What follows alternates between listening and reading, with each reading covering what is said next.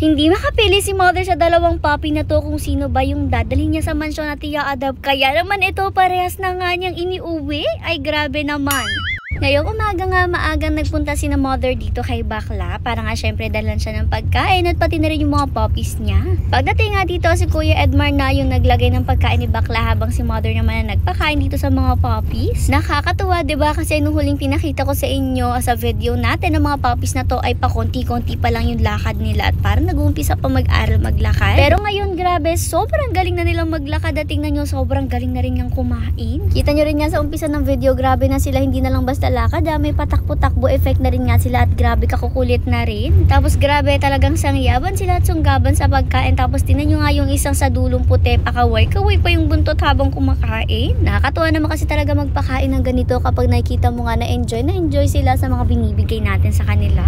For the love nga sila dyan habang yung isang mga puppy na to nakikipagkulitan na nga agad kay mother. Habang kumakain rin nga at may mga natatapos kumain, kinukuha nga ni mother tapos kinakauka-usap niya at ang cute talaga ng mga puppies na to, ang buburok at ang tataba ha. Hindi naman na nakakapagtaka kasi ang gagaling naman nilang kumain kaya naman ganyan sila katataba. Akala mo talaga mga bula. After nga nilang magsikain natin na naglaro na nga sila at naglibot-libot na dito. Grabe ang mga buntot nila para mga antena. Habang kumakain din nga pala mga puppies, syempre kasabay na rin nga nilang pagkain itong si Mama Bakla. Tapos after nga kumain itong si Mama Bakla talaga nakipagkulitan pa nga siya kay Kuya at nakipaglambingan din. Since itong si Bakla gustong gusto talaga niya na kinakamutan siya. Doon mo nga makikita na sweet naman talaga itong si Bakla. Tapos tingnan nyo, cute-cute pa nga niya at na-enjoy niya yung scratching session nila. Doon makatapos naman kumain itong mga puppies atong si mother, tingnan nyo, nagulo na nga yung Jutacels. Paano ba naman kasi ang sabi nga ng may-ari kay Bakla ay kuhanin na nga daw natin itong mga puppies kasi nga daw, yung iba mga puppies dito ay may nagmamay-ari na nga daw at kukuhanin na. Tapos meron nga daw na itinira para sa atin. Dalawa nga yung natira kaya naman si mother talagang hirap pagpili at nangungulit pa nga si Bakla habang pumipili siya. Palang natira nga yung dalawang balbon, yung si Stripe tapos yung isa ay yung item na meron naman necklace na. Tingnan nyo nga pinagtabi pa talaga sila ni mother tapos namimili siya. Although gusto naman niya parehas pero ang kasi talagang isang puppy lang ang kinukuha ni mother. Kung maalala nyo nga sa mga kapatid ni Brindel, isa lang talaga yung kinuha natin which is kinagali talaga ng mga personality. Although wala namang masama kung mag-adopt tayo ng isa lang kung talagang isa nga lang ang gusto natin, diba? Tapos alam nyo rin nga na lately ang daming mga puppies natin. May puppies nga nitong si Bakla tapos may puppies pa ni Mama Fiona. Tapos syempre sabi nga ni mother kada isang set of puppies nga daw ay kukuha siya ng isang puppy na i-adopt niya. At dito nga sa mga puppies ni Mama Bakla talagang hirap na hirap siya kasi nga dalawa itong natira at hindi siya makapili kasi parehas niyang be. Ang tagal rin nga talaga nila dito nag-usap-usap kung sino nga daw yung kukuhanin. Nagtatanong pa nga siya kay Kuya. Nung time na to wala naman ako tapos talagang may pagtawag pa nga siya sa akin para nga tanungin ako kung ano daw yung mas maganda sa dalawa at kung sino daw yung kukuhanin niya. Paano ba naman kasi yung puti siya po ay female tapos yung itim naman ay male. Tapos parehas rin nga silang sobrang ganda ng coat although magkaiba nga yung coat nila kasi yung puti nga daw ay madami siya yung coat niya. Kumbaga maihalan tulad natin siya sa pack members natin na madami yung coat pero hindi kahabaan.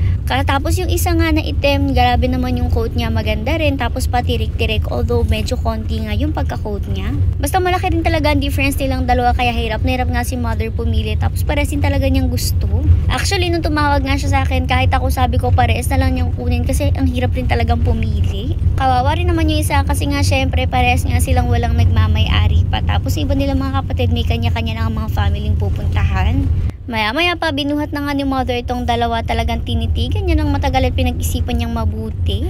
Tapos ang napili nga niyang kuhanin ay itong itim na male, o diba? Kaya ayan pinagbabay na nga niya kay Mama Bakla. Syempre para masaman din ni Mama Bakla na sa atin naman pupunta itong Junakis niya, kaya naman pinababay-babay muna ni mother. Nakakaloka naman itong si Bakla kasi tingnan niyo kinakamut-kamutan niya itong Junakis niya sa halip na magbabay siya at mag-kiss-kiss sila. Eto na nga dala-dala na ni mother ang puppy na ito pa uwi kaso biglang sabi nung may-ari kay Bakla, bakit to isa lang yung dala ni mother? Sabi kasi nila yun pala dalawa nga daw ang nireserve nila para sa atin. Kaya naman talaga na pabalik si mother kasi hindi niya rin talaga bet iwanan yung isa at ito kinuha na rin nga niya yung isang puti na stripes. Ay grabe, dalawa na nga yung may uwi niyang papi, ang usapan talaga isa lang. Pero wala rin naman problema yun kay mother kaya naman ito pinakiss na nga lang niya kay Bakla para makapagbabay na rin si Bakla dito kay Stripes. Tapos ayan nga binitbit na ni mother pa uwi itong dalawang puppy na to, grabe, hindi ako makapaniwala na talagang dalawa na nga ang ini-adopt ni mother. Diyos ko, talaga nadadagdagan ng ating pack members at padami talaga tayo ng padami ha. Idiniretso rin nga ni mother itong mga puppies ni Mama Bakla dito nga sa mga puppies ni Mama Fiona kasi sakto kumakain nga sila dito, pinakakain ni Kuya Edmar. Tapos tingnan nyo nga rin talaga ang difference nila, halos magkasabayan nga lang talaga sila kasi ng mga anak. Pero siguro nga mas matanda ng konting weeks itong anak ni Mama Fiona kaya naman ganitong mas malalaki sila.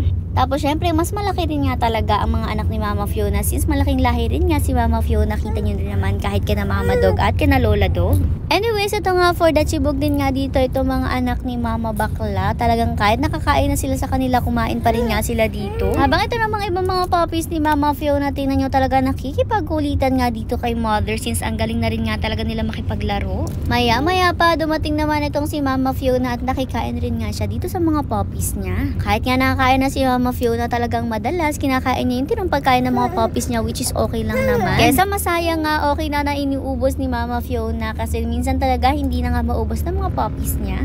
Habang nandito rin nga pala si Mama Fiona ay hawak-hawak na rin nga ni Kuya yung dalawang puppies ni Mama Bakla kasi syempre hindi naman yan kilala ni Mama Fiona. Baka maya-maya pa magalit nga itong si Mama Fiona pag naamoy niya na hindi yun kanyang puppies. Buti na lang nga at hindi napapansin ni Mama Fiona kasi talagang busy rin nga siya paglafang dito sa pagkain ng mga junakis niya at talagang sinabayan pa nga siya ng mga junakis niya at kumain ulit sila. Maya-maya pa iniwan na rin naman ni Mother itong si Mama Fiona at ang mga anak niya para nga iuwi na itong dalawang inadopt niyang tuta. Doong ibaba nga sila dito ni Mother sa pinakatambayan ng ating pack members or sa kanilang off-leash area. Tingnan nyo, hindi pa talaga sila makaibu agad. Syempre naman dahil nga first time nila dito, talaga ito yung unang beses na may hiwalay nga sila sa kanilang mga kapatid. Pero grabe, ang cute-cute talaga ng dalawang ito. Tingnan nyo, parang mukha silang mga baka kalabaw. Maya-maya pa ito, ginawan nga sila ni Mother ng higaan dito sa maliit na cage. Sabi ni Mother, dito nga muna sila pansamantala. Abangan nyo na lang rin nga sa mga susunod na araw kung saan ba natin lalagay itong mga puppies na to, kung ipapasok na ba natin sila sa loob ng mansyon.